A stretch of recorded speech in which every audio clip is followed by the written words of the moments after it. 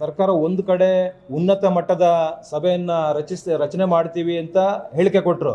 ಆ ಹೇಳಿಕೆಯ ಹಿನ್ನೆಲೆ ಹಾಗೇನೆ ತಕ್ಷಣ 4 ಹಳ್ಳಿಗಳ ಅಂತಿಮ ಅಧಿಸೂಚನೆಯನ್ನು ಹೊರಡಿಸ್ತಾರೆ ಅಂತ ಹೇಳಿದ್ರೆ ಬಹುಶಃ ಸರ್ಕಾರಕ್ಕೆ ಇದನ್ನ ಬಿಡುವಂಥ ಇಚ್ಛಾಶಕ್ತಿ ಇಲ್ಲ. ಆದರೆ ರೈತರ ಜಮೀನುಗಳನ್ನು ಕಸಿದುಕೊಂಡು ಇವತ್ತು ರೈತರ ಒಂದು ರಿಯಲ್ ಎಸ್ಟೇಟ್ ಮಾಡಲಿಕ್ಕೆ ಹೊರಟಿರ್ತಕ್ಕಂಥ ಸರ್ಕಾರಕ್ಕೆ ಧಿಕ್ಕಾರವನ್ನು ಹೇಳ್ತಕ್ಕಂಥದ್ದು ಮತ್ತು ಇದರ ವಿರುದ್ಧವಾಗಿ ಇದು ಕೈ ಬಿಡುವವರೆಗೂ ಕೂಡ ನಾವು ಯಾವುದೇ ಕಾರಣಕ್ಕೂ ಕೂಡ ಬಿಡೋದಿಲ್ಲ. ಇದು ಕಾನೂನಿನ ಹೋರಾಟ ಕೂಡ ಮಾಡ್ತೇವೆ ಮತ್ತು ಬೇರೆ ಬೇರೆ ರೀತಿಯ ಪ್ರತಿಭಟನೆಗಳನ್ನು ಕೂಡ ಮಾಡುವಂಥದ್ದು. ಯಾಕೆಂದರೆ ಇವತ್ತು ನಾವು ಅಲ್ಲಿ ನಾವು ಬರ ಅಧ್ಯಯನ ಮಾಡ್ತಕ್ಕಂಥ ಸಂದರ್ಭದಲ್ಲಿ ನಾವು ಕಣ್ಣಾರೆ ಕಂಡಿರ್ತಕ್ಕಂಥದ್ದು ಕೆಲವು ಮಳೆ ಇಲ್ಲದೆ ಉಳುಮೆ ಮಾಡಿಲ್ಲ, ಕೆಲವರು ಉಳುಮೆ ಮಾಡಿ ಬಿತ್ತನೆ ಬೀಜ ಹಾಕಿದ್ದಾರೆ ಆದರೆ ಮೊಳಕೆಗಳು ಬಂದಿಲ್ಲ, ಕೆಲವರು ಉಳುಮೆ ಮಾಡಿ ಬಿತ್ತನೆ ಮಾಡಲಿಕ್ಕಾಗಲಿಲ್ಲ. ಅಂದರೆ ಈ ರೀತಿ ಪರಿಸ್ಥಿತಿ ಇದೆ. ಕೆಲವು ಕಡೆ ಇನ್ನೊಂದು ಜಿಲ್ಲೆಯಲ್ಲಿ ನಾವು ಹೋದಾಗ, ಬಾಗಲಕೋಟೆ ಜಿಲ್ಲೆಯಲ್ಲಿ ಹೋದಾಗ ಆ ಹೆಸರು ಏನು ಬೆಳೆದಿದ್ದಾರೆ ಅದು ಈಗಾಗಲೇ ಇಷ್ಟು ಹೈಟ್ 2 ಅಡಿ 2.5 ಅಡಿ ಹೈಟ್ ಬರಬೇಕಾಗಿತ್ತು, ಇನ್ನೂ ನೆಲದಲ್ಲೇ ಇದೆ. ಆ ನೆಲದಲ್ಲಿ ಇದಕ್ಕೆ ರೋಗ ಬಂದಿದೆ, ಮಳೆ ಇಲ್ಲದೆ ಇವತ್ತು ಆ ಎಲೆಗಳೆಲ್ಲ ತೂತುಗಳು ಬಿದ್ದು. ಅಂದರೆ ಯಾಕೆ ಇದನ್ನು ಹೇಳ್ತಾ ಇದ್ದೀವಿ ಅಂದರೆ ಇವತ್ತು ಭೀಕರ ಬರ ಇದೆ ಉತ್ತರ ಕರ್ನಾಟಕದಲ್ಲಿ. ಇವತ್ತು ಕಿತ್ತೂರು ಕರ್ನಾಟಕ ಇರ್ಬೋದು ಮತ್ತು ಬೇರೆ ಬೇರೆ ಜಿಲ್ಲೆಗಳಲ್ಲಿ ಕಲ್ಯಾಣ ಕರ್ನಾಟಕ ಇರ್ಬೋದು, ಭಾಳ ಭೀಕರ ಬರ ಇದೆ, ಮಳೆ ಇಲ್ಲ. ಆದರೆ ಇವತ್ತುವರೆಗೂ ಕೂಡ ಮುಖ್ಯಮಂತ್ರಿಗಳಾಗಲಿ, ಉಪಮುಖ್ಯಮಂತ್ರಿಗಳಾಗಲಿ, ಮಂತ್ರಿಗಳಾಗಲಿ, ಆ ಭಾಗದಲ್ಲಿರ್ತಕ್ಕಂಥ ಶಾಸಕಗಳು ಒಬ್ಬರು ಆ ಕಡೆ ತಿರುಗಿ ನೋಡಿಲ್ಲ, ತಲೆ ಹಾಕಲಿಲ್ಲ. ಇವರಿಗೆ ಬಿಡದಿಯಲ್ಲಿರ್ತಕ್ಕಂಥ ಇವತ್ತು ರಿಯಲ್ ಎಸ್ಟೇಟ್ ಮಾಡಲಿಕ್ಕೆ ಹೆಚ್ಚು ಆಸಕ್ತಿ ಇದೆ ಹೊರತು ಇವತ್ತು ಆ ಭಾಗದಲ್ಲಿರ್ತಕ್ಕಂಥ ಮತ್ತು ಬೇರೆ ಬೇರೆ ಭಾಗದಲ್ಲಿರ್ತಕ್ಕಂಥ ಇವತ್ತು ಬರ ಅಧ್ಯಯನ ಮಾಡಲಿಕ್ಕೆ ಇಲ್ಲ. ಕೆಲವು ಕಡೆ ಫ್ಲಡ್ ಇದೆ, ಎಲ್ಲೂ ಕೂಡ ಯಾರು ಕೂಡ ಎಲ್ಲಿ ಏನಾಗಿದೆ ಅನ್ನುವಂಥದ್ದನ್ನು ಇವತ್ತುವರೆಗೂ ಕೂಡ ಮುಖ್ಯಮಂತ್ರಿಗಳ ಹಾದಿಯಾಗಿ ಯಾರೇ ಒಬ್ಬ ಸಚಿವರು, ಶಾಸಕರು ಯಾರೂ ಕೂಡ ಇವತ್ತು ತಲೆ ತಿರುಗಿ ನೋಡಲಿಲ್ಲ. ಆದರೆ ನಾವು ಇವತ್ತು ನಮ್ಮ ನಾಯಕರ ಆದೇಶದಿಂದ ಇವತ್ತು ನಾವು ಕೋಲಾರ ವಿಭಾಗದಲ್ಲಿರ್ಬೋದು, ಮತ್ತು ಕಿತ್ತೂರು ಕರ್ನಾಟಕ ಇರ್ಬೋದು, ಮತ್ತು ಕಲ್ಯಾಣ ಕರ್ನಾಟಕ ಇರ್ಬೋದು, ಮಲೆನಾಡು ಭಾಗ ಇರ್ಬೋದು, ಮತ್ತು ಕರಾವಳಿ ಪ್ರದೇಶಗಳಿರ್ಬೋದು, ಎಲ್ಲ ಭಾಗಗಳಲ್ಲಿ ಕೂಡ ನಾವು ಸಮಿತಿಗಳನ್ನು ರಚನೆ ಮಾಡಿದ್ದೇವೆ. ನಾವು ನಿಖಿಲ್ ಅವರ ನೇತೃತ್ವದಲ್ಲಿ ಮೊದಲನೇದಾಗಿ ಕಿತ್ತೂರು ಕರ್ನಾಟಕ ನಾವು ಪ್ರಾರಂಭ ಮಾಡಿದ್ದೇವೆ. 2 ಜಿಲ್ಲೆಗಳು ಈಗಾಗಲೇ ನಾವು ಮುಗಿಸಿದ್ದೇವೆ. ಈಗ ಮುಂದಿನ ವಾರ ಮತ್ತು ಕಲ್ಯಾಣ ಕರ್ನಾಟಕ ಇದೆಲ್ಲ ಕೂಡ ಕಲಬುರಗಿ ಆ ಕಡೆ ಎಲ್ಲ ನಾವು ಮಾಡೋರಿದ್ದೇವೆ.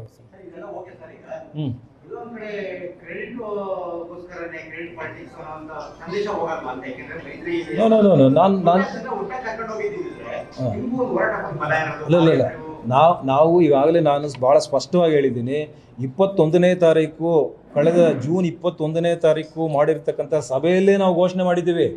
ಇದು ಯೋಜನೆ ಇವತ್ತು ಪ್ರಾರಂಭಿಕ ಮೊದಲನೇ ಹಂತವಾಗಿ ನಾವು ಇವತ್ತು 11 ಕಿಲೋಮೀಟರ್ ಮಾಡ್ತಾ ಇದ್ದೀವಿ.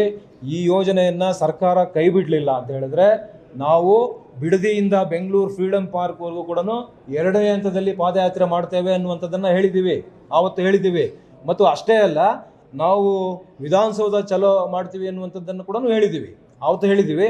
ಮತ್ತು ಕಿತ್ತೂರು ಕರ್ನಾಟಕದಲ್ಲಿ ಪ್ರವಾಸದಲ್ಲಿರ್ತಕ್ಕಂಥ ಸಂದರ್ಭದಲ್ಲಿ 15ನೇ ತಾರೀಕು ಮಾನ್ಯ ಮುಖ್ಯಮಂತ್ರಿಗಳು ಮಾಧ್ಯಮಗಳ ಮುಂದೆ ಏನು ಒಂದು ಹೇಳಿಕೆಯನ್ನು ಕೊಟ್ಟರು, ಉನ್ನತ ಮಟ್ಟದ ಒಂದು ಕಮಿಟಿಯನ್ನು ಮಾಡ್ತೇವೆ, ಇದರ ವಿಚಾರವಾಗಿ ಇದನ್ನು ವಿಚಾರ ಮಾಡ್ತೇವೆ. ಅಂದರೆ ಎಲ್ಲೋ ಒಂದು ಕಡೆ ರೈತರಿಗೂ ನಮಗೂ ಎಲ್ಲ ಒಂದು ಕಡೆ ಅನ್ನಿಸ್ತು, ಏನೋ ಒಂದು ಉನ್ನತ ಮಟ್ಟದ ಸಮಿತಿ ಮಾಡಿ ಸ್ವಲ್ಪ ರಿಲ್ಯಾಕ್ಸ್ ಕೊಡಬಹುದೇನೋ ಅಂತ ನಾವು ಅಂದ್ಕೊಂಡಿದ್ವಿ.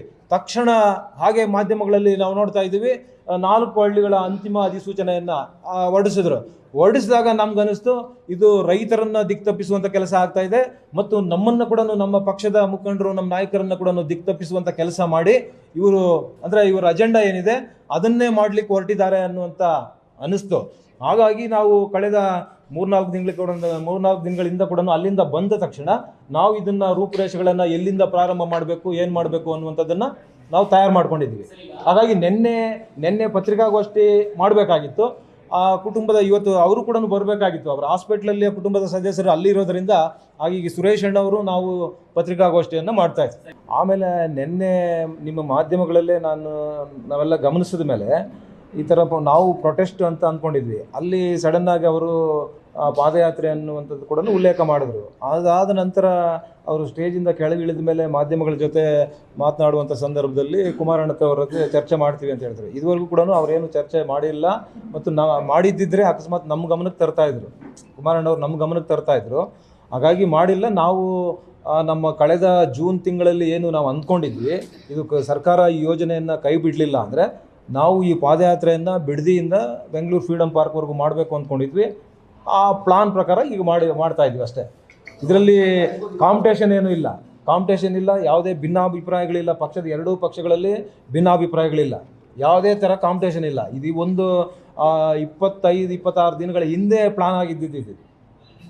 ಇದೊಂದೇ ಅಲ್ಲ, ನೆಕ್ಸ್ಟ್ ಈಗ ಇದು ಪಾದಯಾತ್ರೆ ಆದ ನಂತರ ವಿಧಾನಸೌಧ ಚಲೋ ಮಾಡುವಂಥ ಕೆಲಸವನ್ನು ಕೂಡ ಮಾಡ್ತೀವಿ ಖಂಡಿತ. ಈಗಲೂ ಕೂಡ, ಯಾಕಂದರೆ ನಮ್ಮದು 30-31 ಈಗಲೂ ಕೂಡ ಇಬ್ಬರು ನಾಯಕರು, ಎರಡೂ ಪಕ್ಷದ ನಾಯಕರು ಚರ್ಚೆ ಮಾಡಿ ಒಟ್ಟಾಗಿ ಮಾಡೋದಂದ್ರೆ ನಮ್ದೇನು ತಕರಾರಿಲ್ಲ. ಈಗ ಸುರೇಶನವ್ರು ಹೇಳಿದ್ರೆ ನಾವು ಅದಕ್ಕೆಲ್ಲ ಬದ್ಧವಾಗಿರ್ತೀವಿ ಅಂತ, ಯಾವುದೇ ಭಿನ್ನಾಭಿಪ್ರಾಯಗಳಿಲ್ಲ. ಇದು ನಮ್ಮ 1 ತಿಂಗಳ ಹಿಂದೆ ಆಗಿರೋ ಪ್ಲಾನ್ ಅಲ್ಲ, ಸರಿ ಇದೆ. ಬಟ್ ಇದು ಈಗ ಮೈಸೂರು ಪಾದಯಾತ್ರೆ ಆಗುವಂಥ ಪ್ರಾರಂಭದಲ್ಲಿ ಸ್ವಲ್ಪ ಗೊಂದಲ ಆಯಿತು, ಸರಿಯಾಯಿತು. ಈಗಲೂ ಕೂಡ ಇನ್ನೂ 10 ದಿನ 12 ದಿನ ಟೈಮ್ ಇದೆಯಲ್ಲ, ಎರಡೂ ಪಕ್ಷದ ನಾಯಕರು ಅದೇನು ಚರ್ಚೆ ಮಾಡ್ತಾರೆ ಮಾಡಲಿ. ಇಲ್ಲ ಅಂತ ಹೇಳಿದ್ರೆ, ಚರ್ಚೆಗಳೇನೂ ಇಲ್ಲ ಅಂತ ಹೇಳಿದ್ರೆ, ನಾವು ನಿಗದಿ ಮಾಡಿರೋ ಪ್ರಕಾರ 30, 31, 1ನೇ ತಾರೀಕು 3 ದಿನಗಳ ಕಾಲ ನಾವು ಮಾಡ್ತೀವಿ. ಮತ್ತು ಈಗ ಅಧಿವೇಶನ ಪ್ರಾರಂಭ ಆದ ನಂತರ ಅಲ್ಲಿ ಕೂಡ ನಾವು ಗಾಂಧಿ ಸ್ಟ್ಯಾಚ್ಯೂ ಹತ್ರ, ಈಗ ನಾವು ಕಿತ್ತೂರು ಕರ್ನಾಟಕದಲ್ಲಿ ಪ್ರವಾಸದಲ್ಲಿ ಇರ್ತಕ್ಕಂಥ ಸಂದರ್ಭದಲ್ಲಿ ಅದು ಕೂಡ ಚರ್ಚೆ ಮಾಡಿದ್ದೀವಿ. ನಿಖಿಲ್ ಅಣ್ಣವರು, ನಾವು, ಸುರೇಶ್ ಅಣ್ಣವರು ಅಲ್ಲಿ ಏನು ಅಧಿವೇಶನ ಪ್ರಾರಂಭ ಆಗೋಕ್ಕೆ ಮೊದಲೇ ಅಂದರೆ ಆ ದಿನಾನೇ ನಾವು ಒಂದು 2 ಗಂಟೆಗಳ ಕಾಲ ಗಾಂಧಿ ಸ್ಟ್ಯಾಚ್ಯೂ ಹತ್ರ ನಾವೊಂದು ಪ್ರತಿಭಟನೆಯನ್ನು ಕೂಡ ಮಾಡಬೇಕು ಅಂತಿದ್ವಿ. ಇದೇ ವಿಚಾರವಾಗಿ ಅಲ್ಲಿ ಚರ್ಚೆ ಆಗಿದೆ. ಅದರಿಂದ ಯಾವುದೇ ಭಿನ್ನಾಭಿಪ್ರಾಯಗಳಿಲ್ಲ. ಈಗಲೂ ಕೂಡ ಎರಡೂ ಪಕ್ಷದ ನಾಯಕರು ಚರ್ಚೆ ಮಾಡಿ ಒಟ್ಟಾಗೆ ಮಾಡ್ತೀವಿ ಅಂದರೆ ಅದರಲ್ಲಿ ಏನೂ ತೊಂದರೆ ಇಲ್ಲ, ಒಟ್ಟಾಗೆ ಮಾಡ್ತೀವಿ. ಅದಾದರೆ ಇದು ಇನ್ನು ಒಂದು 27-28 ದಿನಗಳ ಹಿಂದೆ ಚರ್ಚೆ ಆಗಿದ್ದಿದೆ. ಅದ್ರ ಪ್ರಕಾರ ನಾವು ಮಾಡ್ತಾ ಇರೋದು.